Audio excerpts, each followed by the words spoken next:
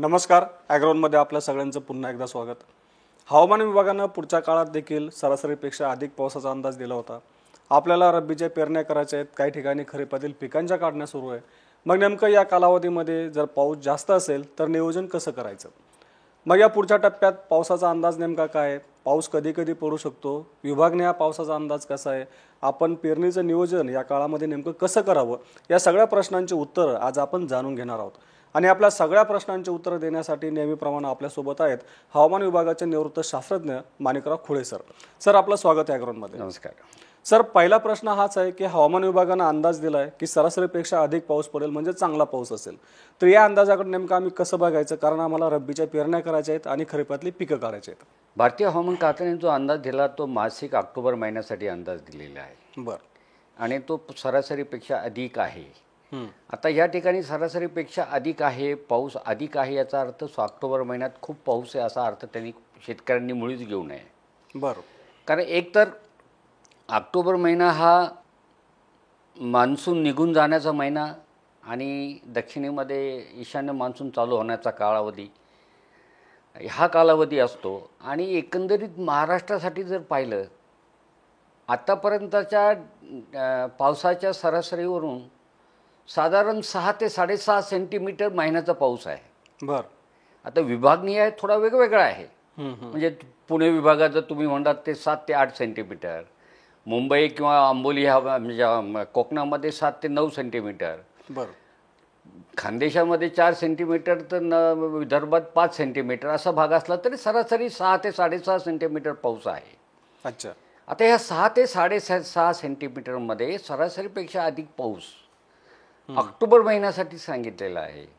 आता याच्यामध्ये 15 दिवस ऑक्टोबरचे निघून गेलेले आहेत. बरोबर. तुम्ही आतापर्यंत जर पाहिलं ऑक्टोबरच्या 15 दिवसामध्ये पहिल्या 15वाड्यामध्ये 1 ते 15 ऑक्टोबरच्या दरम्यान जर 6.5 सेंटीमीटरमध्ये निम्मा कालावधी जातो म्हणजे 3-3.5 सेंटीमीटर पाऊस व्हायला हवा.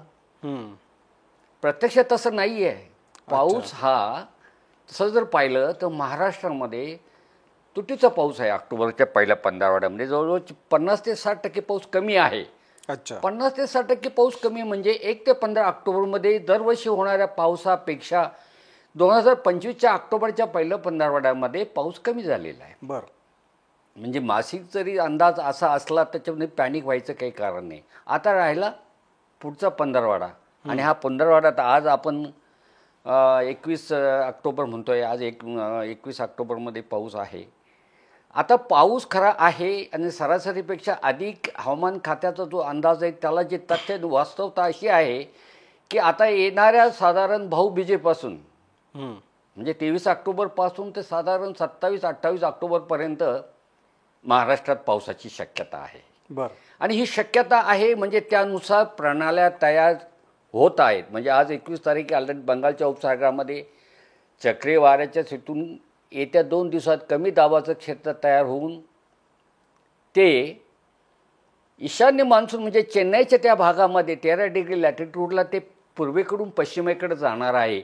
आणि त्याच्या बाहेरच्या परिघातून जे वारं महाराष्ट्रामध्ये फेकलं जाणार आहे, जे अर्धता महाराष्ट्रात फेकली जाणार आहे, त्यामुळं आपल्याकडं ऑक्टोबरच्या शेवटच्या आठवड्यात विशेषतः 23 ते 28 दरम्यान पाऊस होण्याची शक्यता आहे. हा पाऊस सप्टेंबरमध्ये झाला तसा पडणार आहे? नाही, ह्या पावसाची शक्यता लक्षात घ्या. हा पाऊस सप्टेंबरमध्ये तो अत्याधिक पाऊस झालेला लक्षात ठेवा.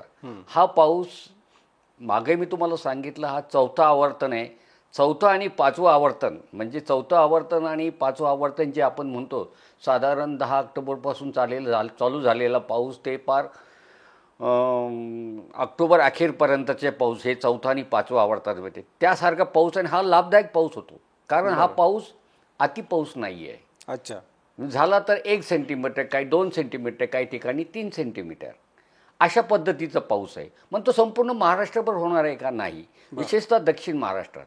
आता विशेषतः विदर्भात जरी पाऊस म्हणतात विदर्भातले दक्षिण फक्त गडचिरोली, चंद्रपूर, यवतमाळ आणि मराठवाड्यातला जर भाग म्हटला तर साधारण नांदेडचा काही भाग, परभणीचा काही भाग, हिंगोलीचा काही भाग, नंतर लातूर, धाराशिव, बीड, अच्छा, आणि सोलापूर मध्ये सांगली तर विशेष नाही, पण कोल्हापूर, सिंधुदुर्ग, रत्नागिरी ह्या ठिकाणी या शेवटच्या आठवड्यामध्ये, ऑक्टोबरच्या शेवटच्या आठवड्यामध्ये पाऊस होण्याची शक्यता आहे, पण त्याची तीव्रता अधिक नाही हे लक्षात घ्या, की जेणेकरून तुम्हाला शेतीच्या कामासाठी काही अडथळा होणार आहे किंवा लागवड झालेली काही हे नर्सरी असतील त्यांना त्यापासून काही धोका होणार नाही. म्हणून भारतीय हवामान खात्याने जरी तुम्हाला ऑक्टोबर महिन्यात सरासरीपेक्षा अधिक पाऊस सांगितला असेल तरी शेतकऱ्यांनी पॅनिक होऊ नये. त्यांच्या काढणीचा कालावधी आहे किंवा लागवडीचा कालावधी आहे, त्याला कोणतीही पावसाची भीती बाळगू नये असंच मला वाटतं. कारण ह्या कामांना ह्या पावसामुळं अडथळा होण्याची शक्यता नाही असं माझं मत आहे.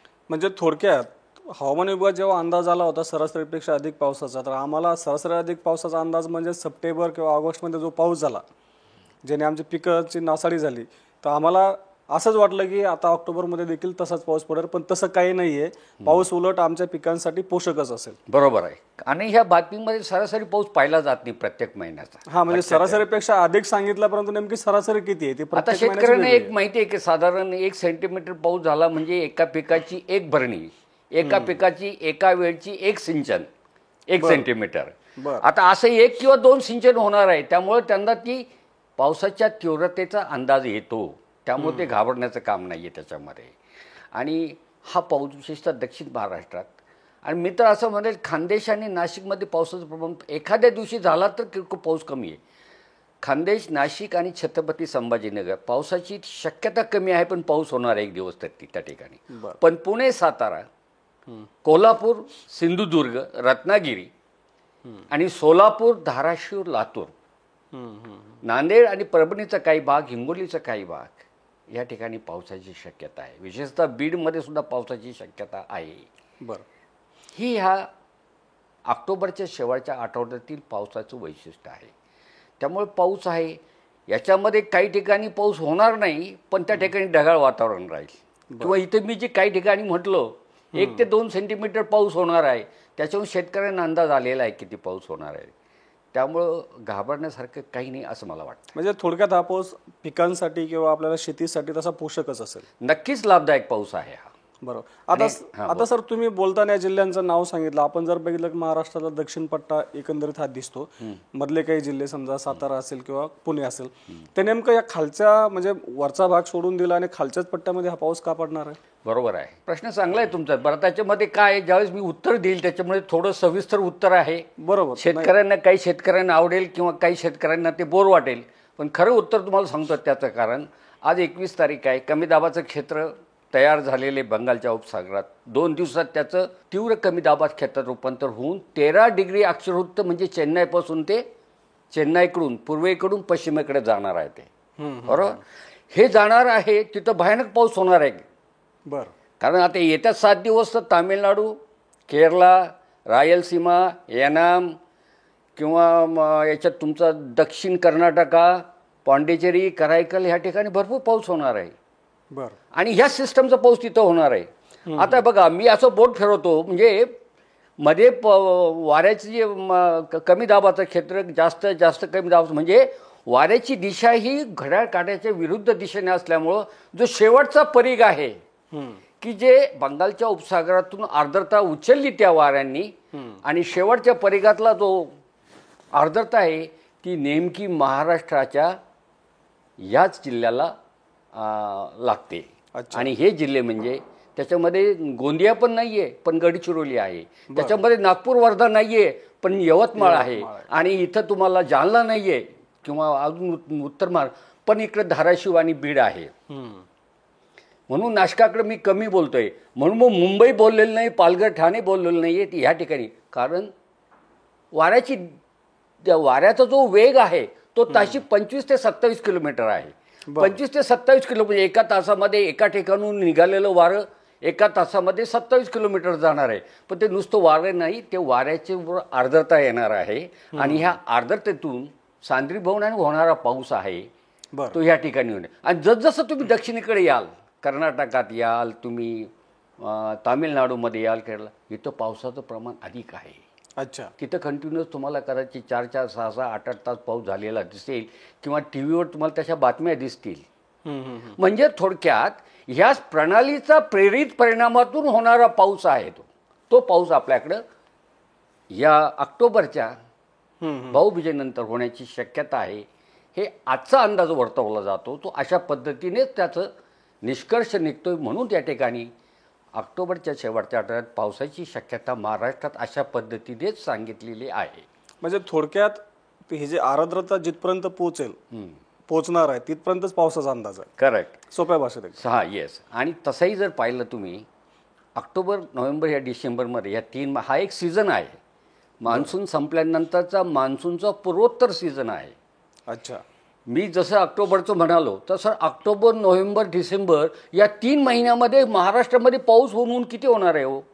फक्त 10 सेंटीमीटर. म्हणजेच काय, त्याच्यामध्ये 6 सेंटीमीटर ऑक्टोबरचं म्हणताय, राहिलेल्या 2 महिन्यामध्ये त्याचा सरासरी 10. म्हणजे याचा अर्थ काय, तुम्ही जर वर खानदेशात गेलात किंवा अमरावतीकडे गेलात तिथं पावसाचं प्रमाण हे 4-5 सेंटीमीटर आहे. पण जसजसं तुम्ही दक्षिणेकडे याल, दक्षिण मराठवाडा आणि दक्षिण महाराष्ट्र त्याच्यामध्ये सातारा पुण्याचाही काही भाग या ठिकाणी या 3 महिन्यात होणारा पाऊस हा 10 सेंटीमीटर 12 सेंटीमीटर आहे. अच्छा. समजलं का? काही ठिकाणी 14 सेंटीमीटर आहे. का नेहमी ईशान्य मान्सूनमध्ये महाराष्ट्रात जो पाऊस होतो तो जो चंपाषष्ठीपर्यंत पण नाताळमध्ये कधी कधी पाऊस होतो तिथपर्यंतचा कालावधी जर पाहिला तर 10-10 12-12 सेंटीमीटर या दक्षिण महाराष्ट्रातल्या जिल्ह्यातच पाऊस झालेला आहे. आणि त्याचं एकमेव कारण ज्या पूर्वीय सिस्टम ज्या पूर्वेकडून येतात कमी दाबाचे क्षेत्र की जे चेन्नई आणि त्यातले 4 राज्यांना पाऊस दिला जातो त्याचा हा थोडाफार प्रसाद म्हणून पाऊस महाराष्ट्रामध्ये या भागात होतो. आणि आतापर्यंतच्या आकड्यावरून तुम्ही जर पाहिलं तर या ठिकाणी नॉर्थ ईस्ट मान्सूनमध्ये ह्या जिल्ह्यामध्ये अधिक पाऊस झालेला आहे की जो खानदेशात नाही, को नाशिकमध्ये नाही आहे, का तो अकोल्यामध्ये इकडे नाही आहे, पण खालच्या गडचिरोली यवतमाळ चंद्रपूर या भागात आहे. त्याचं हे एकमेव कारण आहे. आपण आता ईशान्य मान्सूनकडे जाऊयात, पण त्याआधी थोडंसं नोव्हेंबरच्या पावसाच्या अंदाजाबद्दल सुद्धा थोडंसं शेतकऱ्यांना जाणून घ्यायला आवडेल. नोव्हेंबरमध्ये देखील पावसाचा अंदाज सांगितला जातो, तर नोव्हेंबरमध्ये नेमका हा पावसाचा अंदाज कधीपर्यंत आहे आणि त्यावेळी पाऊस कसा राहू शकतो, म्हणजे किती पडू शकतो? बरोबर आहे. आता मी तुम्हाला समजा 30 ऑक्टोबरपर्यंत पाऊस सांगितला. बरोबर. 2 ते 3-4 सेंटीमीटर पाऊस. पण याचा अर्थ मग पावसाळा संपला का हो? मग आता लगेच हिवाळा चालू झाला का? नाही. महाराष्ट्रामध्ये जे कारण मी तुम्हाला सांगितलं आता, म्हणजे ज्या कारणामुळे पाऊस होणार आहे त्या कारणाचा राहिलेला पाऊस रेमानंट किंवा राहिलेला पाऊस 1 ते 7 किंवा 8 नोव्हेंबर कदाचित 10 नोव्हेंबरपर्यंत याच ठिकाणी पावसाची शक्यता आहे. पण ती ऑक्टोबरच्या शेवटच्या आठवड्या इतकी नाही. अच्छा. म्हणजेच वातावरण ढगाळ राहणार आहे, कुठेतरी पाऊस होणार आहे, कुठेतरी पाऊस होणार. याचा अर्थ त्याची भीती बाळगायचं काही कारण नाही. 1 सेंटीमीटर 5 mm 10 mm 15 mm अशा पावसाची शक्यता ह्या दक्षिण भागातच आहे. आणि त्या पावसाची सवय त्या भागातील शेतकऱ्यांना आहे, कारण त्यांना तो असलेला सण तिथी महिना किंवा याच्यावरून त्यांना होणारा पाऊस याची त्यांना आठवण असते आणि बरोबर त्या पद्धतीचा पाऊस होतो. भारतीय हवामान खात्यानं ज्या पद्धतीने सांगितलं ते प्रणाली बघणार, कालावधी बघणार, तारखा सांगणार, तीव्रता सांगणार. पण ही गोष्ट नवीन नाही शेतकऱ्याला. त्या पद्धतीने 1 ते 10 नोव्हेंबरच्या दरम्यान महाराष्ट्रात विशेषतः दक्षिण महाराष्ट्रामध्ये पावसाची शक्यता आहे, पण ती अत्याधिक पाऊस नाही, लाभदायक पाऊस आहे, थोडाच पाऊस आहे. म्हणून लगेचच तुम्हाला नोव्हेंबरमध्ये थंडीला सुरुवात होईल असं मी म्हणणार नाही. अच्छा. कारण झाली तरी ती खानदेशापासून सुरुवात होईल, नाशकातपती होईल किंवा विदर्भाच्या उत्तर भागात ती थंडी जाणवेल, पण दक्षिण भागात जाणवणार नाही. हेच त्याचं उत्तर आहे. बरोबर. म्हणजे आता सर थोडक्यात असं की ऑक्टोबर किंवा नोव्हेंबरमध्ये जो पाऊस आहे तो पाऊस तसा जर पाहिला तर हा अत्याधिक नाही आहे, हे तुम्ही सांगितलं. फक्त गोंधळ झाला म्हणजे ज्या काही बातम्या आल्या की एकदम ऑक्टोबर आणि नोव्हेंबरमध्ये देखील जास्त पाऊस असणार आहे, सरासरीपेक्षा जास्त पाऊस असणार आहे. म्हणजे खरा जो संभ्रम तयार झाला तो सरासरी या आकड्याने, परंतु नेमकी सरासरीच माहीत नव्हती शेतकऱ्यांना काय किती आहे.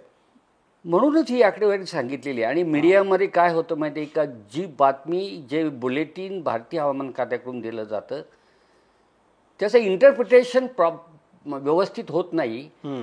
आणि बातमी मीडियात अगोदर देण्याची जी शर्यत लागलेली आहे त्याच्यामधनं चुकीचा मेसेज शेतकऱ्यांकडे जातो आजही शेतकऱ्यांना काही ठिकाणी सोयाबीनच्या काढणी करायच्या आहेत, काहींना मक्याची खळं करायची आहेत, काहींना गव्हाच्या पेरण्या करायच्या आहेत, त्यासाठी शेतीची मशागत करायची आहे. पण मग मला पेरायचं आहे, त्याच्या आता मशागत केली, 4 दिवसात पाऊस जर झाला तर पुन्हा आणखीन मशागत करावं लागेल, या भीतीपोटी ते गोंधळलेल्या अवस्थेत आहेत. आता या ठिकाणी मी असा मेसेज घाबरायचं काही नाही, तुम्ही प्रोसीड म्हणजे तुमच्या पद्धतीने चला, तुम्हाला काही नुकसान नाही होईल, उलट फायदा होणारच आहे. समजलं का? त्यामुळं आणि याच्यामध्ये कालावधी जवळच आहे की, घोडा मैदान जवळच, तुम्हाला लगेचच कळेल की. बरोबर. त्यामुळे शेतकऱ्यांनी या बाबतीत घाबरू नये असं माझं मत आहे. जाता एवढं म्हणेल की हा शेवटी अंदाज आहे म्हणून काय जो बीडला पाऊस झाला तशा पद्धतीचा पाऊस होत नाही. लक्षात घ्या.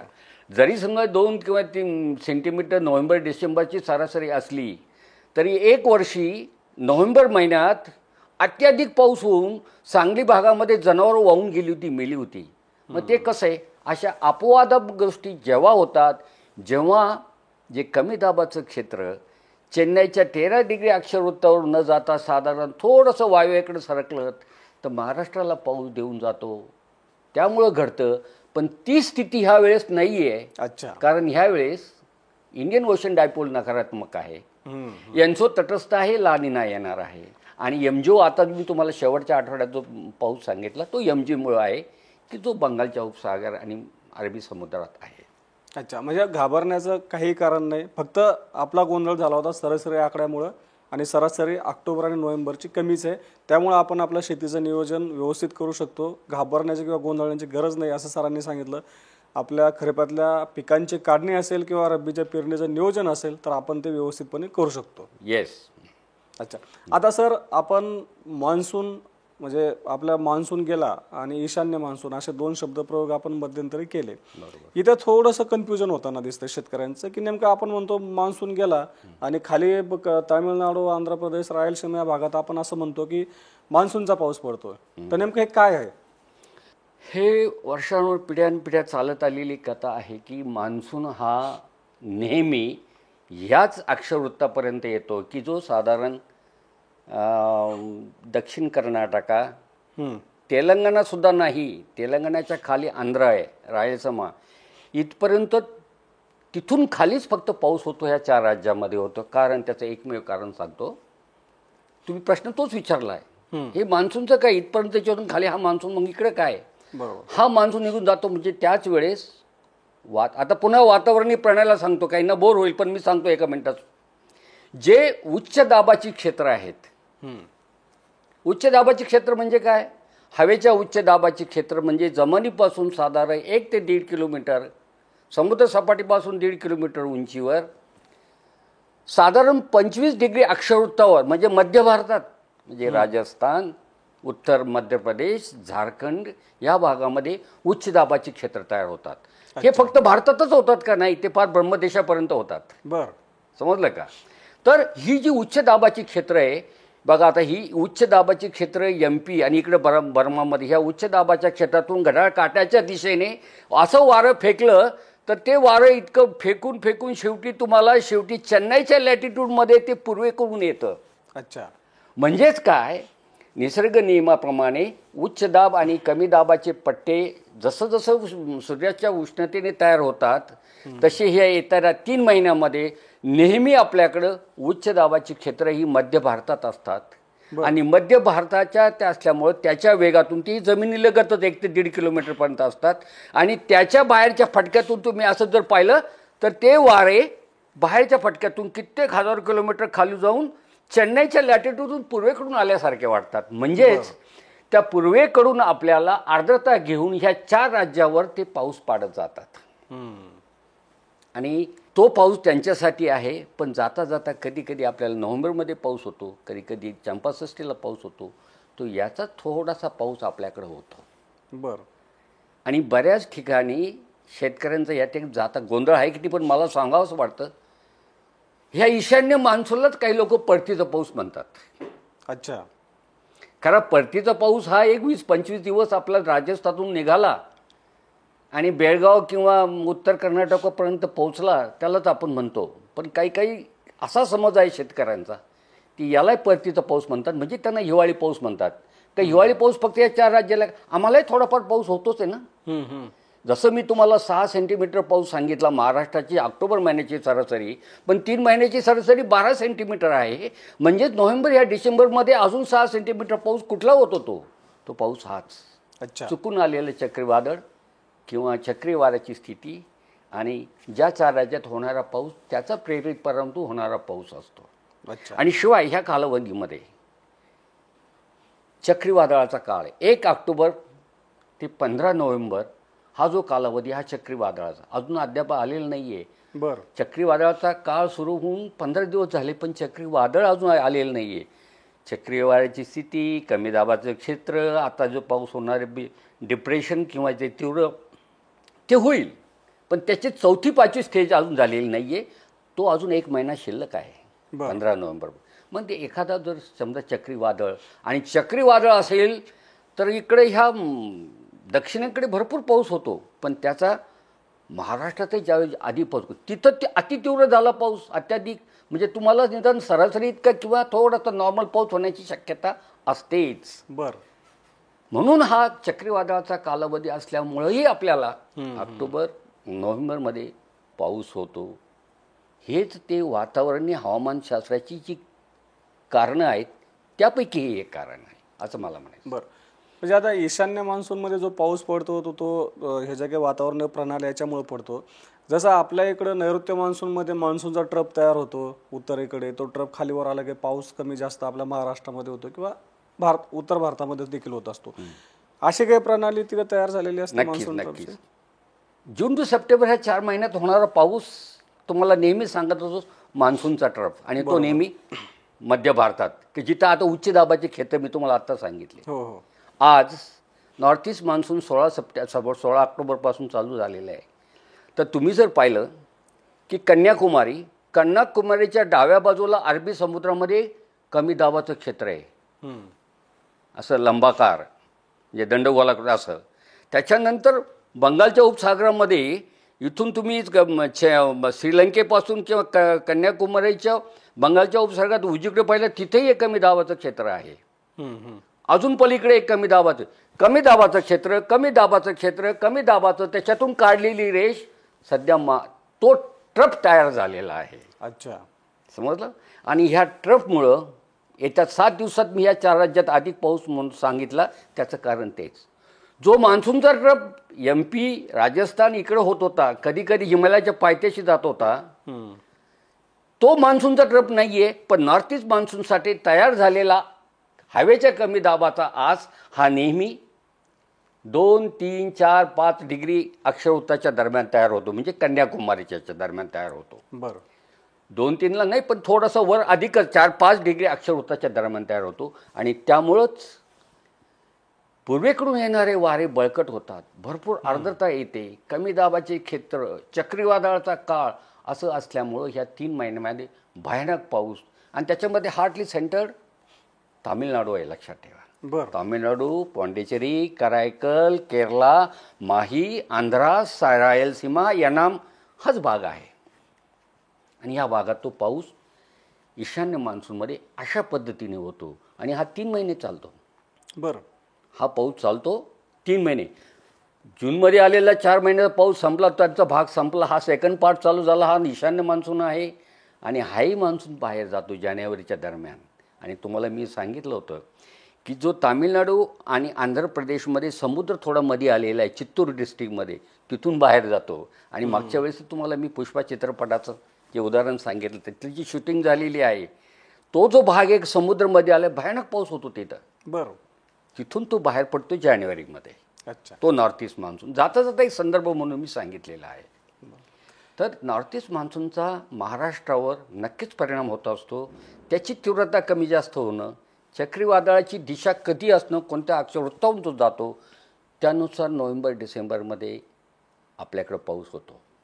थोडक्यात मी एवढंच सांगेल, ह्या वर्षी आपल्याला नोव्हेंबर डिसेंबरमध्ये घातक पावसाची शक्यता नाही आहे.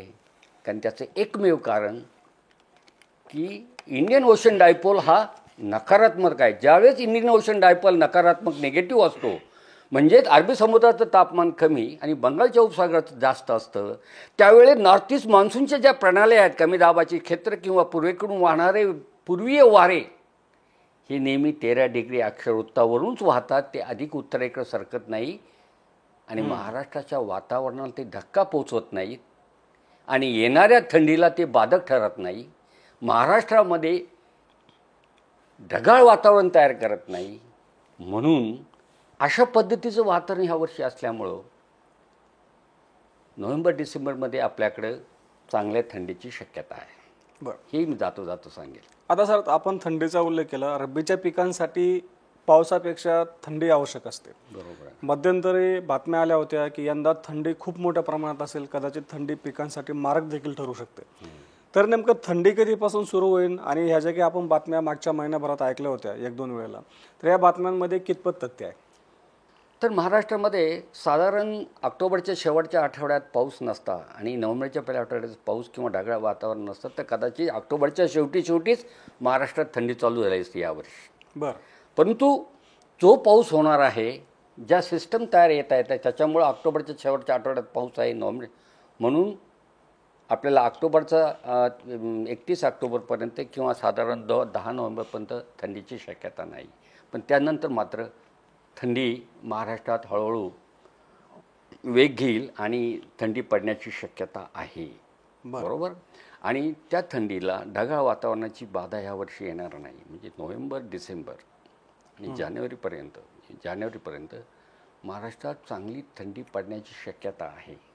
आणि त्याचं एकमेव कारण, जसं मी तुम्हाला अगोदर सांगितलं की पूर्वीय वारे हे नेहमी खालच्या अक्षरवृत्तावरच राहणार आहे. त्याचबरोबर उत्तरेमध्ये पश्चिमी प्रक्षोभसुद्धा मेडिटेरियन सी किंवा भूमध्य समुद्रापासून आलेले तेही सुद्धा नियमित इकडे जितका वेग आहे त्याचा परिणाम हायलो करतं. त्या ठिकाणीही नियमित वेस्टर्न डिस्टर्बमेंट पश्चिमी प्रक्षोभच वाहत राहणार आहे. आणि जेव्हा पश्चिमी प्रक्षोभ बळकट असतील, म्हणजे उत्तरेत हिमालयामध्ये अधिक ते काय देणार, पाऊस देणार, थंडी देणार, बर्फ पाडणार, धुकं पाडणार. आणि ज्यावेळी तिकडनं ईशान्य वारे आपल्याकडं येतील की ह्या प्रणालीमुळं उच्च दाबाचे क्षेत्र महाराष्ट्रावर अत्याधिक राहणार नसल्यामुळं महाराष्ट्र कव्हर करून तिथपर्यंत थंडी येण्याची शक्यता आहे. आणि हेच एकमेव कारण आहे की महाराष्ट्रात थंडी येते. बरं, जसं मी तुम्हाला सांगितलं, नॉर्थ ईस्ट ईशान्य मान्सूनमध्ये सोलापूर, धाराशिव इकडे पावसाचं प्रमाण जास्त आहे, सरासरी जास्त आहे. तसंच थंडीचं प्रमाणही त्या ठिकाणी त्या मानानं कमी आहे. कारण ते वारे तिथपर्यंत पोहोचायला तेवढं अंतर कापावं लागतं.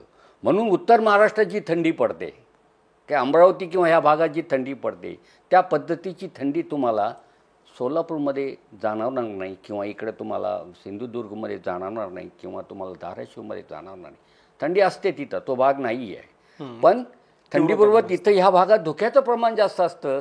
कारण जमिनीचं जे पाण्याचं जे संपृक्तीकरण जास्त असलं, म्हणजे सॅच्युरेशन जास्त असल्यामुळं धुक्याचं प्रमाण या ठिकाणी जास्त. थंडी नाही असं नाही, पण त्यामाने उत्तर महाराष्ट्रापेक्षा दक्षिण महाराष्ट्र थंडीचं प्रमाण कमी असतं, लक्षात यावं. त्याचं एक कारण येणारी थंडी तिकडनं असते, ईशान्येकडून येते.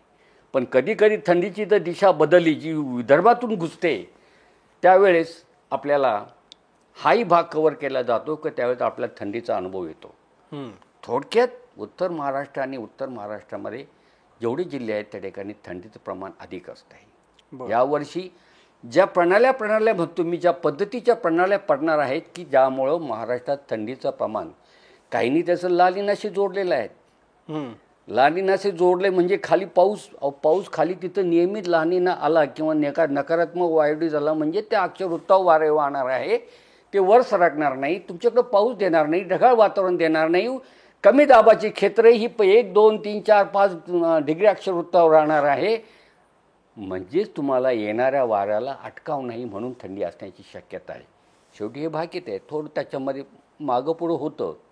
पण घडणाऱ्या घटना भारतीय हवामान खात्याच्या दीर्घ पल्ल्याच्या अंदाजाप्रमाणे घडत आलेल्या आहेत. आपण पाहिलेले आहे. जून टू सप्टेंबर ह्या 4 महिन्यात ज्या पद्धतीचा मान्सून सांगितला त्याच पद्धतीचा मान्सून झालेला आहे. या 4 महिन्यामध्ये एन्सो कसा राहील, आयोडी कसा राहील, हे भारतीय हवामान खात्याने अगोदर सांगितलं त्या पद्धतीनेच राहिलेलं आहे. मान्सून कोणत्या तारखेला येणार आहे आणि मान्सून कोणत्या तारखेला जाणार आहे गेलेले भाकीतच हवामान खात्याची 100% बरोबर आलेली आहे. आणि हाही अंदाज मी पावसाचा किंवा थंडीचा सांगतो, हा हवामान खात्याने दिलेल्या दीर्घ पल्ल्याच्या अंदाजानुसार आहे. आणि म्हणून ती त्या पद्धतीच्या वातावरणीय घटना घडण्याची शक्यता आहे असं मला वाटतं. आणि त्या पद्धतीने तुमच्या प्रश्नाला उत्तर देताना हा आत्मविश्वास मला या हवामानाच्या दीर्घ पल्ल्याच्या अंदाजातून व्यक्त करता येतो. एवढंच मला म्हणायचं आहे. सर, आता शेवटचा प्रश्न आहे. काही ठिकाणी पिकांची काढणी करायची आहे, रब्बीच्या पेरण्या करायच्या आहेत, नियोजन करायचं आहे. तर एकंदरीत आता आपण जे काही अंदाजाचं विश्लेषण केलं, थंडीचं विश्लेषण केलं, तर शेतकऱ्यांना हे सगळं लक्षात घेऊन नेमकं पुढचं नियोजन करण्यासाठी नेमका काय सल्ला द्याल? आता सगळं सल्ला काय द्यायचा तो सगळ्या आत्तापर्यंतच्या विवेचनातच आलेला आहे. मला फक्त एवढंच सांगायचे, तुम्ही रब्बीच्या हंगामाला सामोरे जातात आणि रब्बीच्या हंगामामध्ये तुम्हाला कोणत्याही अत्याधिक अशा टोकाच्या वातावरणाची शक्यता नाही आहे. म्हणजे खूप पाऊस आला, धुवून गेलं, किंवा मी पेरणी केली, वरून खूप जोराचा पाऊस आला, माझा उतार आला नाही किंवा मला पुन्हा पेरणी करा, अशा प्रकारची कोणतीही स्थिती ह्या 2025च्या रब्बीच्या हंगामात जाणवत नाही. थंडी चांगली पडणार आहे. अंदाजाप्रमाणे पाऊस झाला म्हणून नदी, नाले, तळी, विहिरी, धरणं पूर्ण भरलेली आहेत. आणि तुम्हाला रब्बीच्या हंगामाला पाण्याची कमतरता असणार नाही, थंडी पण योग्य असणार नाही. आणि वातावरणात कोणती टोकाची घटना घडण्याची शक्यता नसल्यामुळं बिनधास्तपणे शेतकऱ्यांनी आपल्या आत्मविश्वासाने रब्बीच्या हंगामाला सामोरं जावं असंच मला या ठिकाणी सांगायचं आहे. जवळपास आपण डिसेंबरपर्यंत आपण हा अंदाज व्यक्त केलेला आहे. त्यानंतर जानेवारीमध्ये काय प्रकार आहे, थंडी किती आहे, गारपीट, तो त्यावेळी बोलण्यात मजा आहे असं मला वाटतं आहे. पण अगोदर हे 2.5 ते 3 महिने जाऊ दे, अशा पद्धतीमध्ये सध्या तरी शेतकऱ्यांना कोणताही धोका नाही असंच मला या पुढच्या शेतकामाच्या नियोजनाच्या बाबतीत मला बोलता येईल. बरोबर. आता आपल्या मनातले जे काही प्रश्न होते, अनेक शेतकऱ्यांशी बोलून जे प्रश्न पुढे आले होते त्या सगळ्यांची उत्तर आपण सरांकडून घेतलेली आहे. त्या व्यतिरिक्त जर एखादा प्रश्न राहिला असेल, कुठल्या एखाद्या मुद्द्यावरती आपल्याला माहिती हवी असेल, सल्ला हवा असेल, तर आम्हाला कमेंट बॉक्समध्ये नक्की कळवा. सर, धन्यवाद. आज तुम्ही आम्हाला वेळ दिला आणि सगळ्या प्रश्नांची उत्तरं अगदी सोप्या भाषेत समजावून सांगितली त्याबद्दल. ओके, धन्यवाद सर.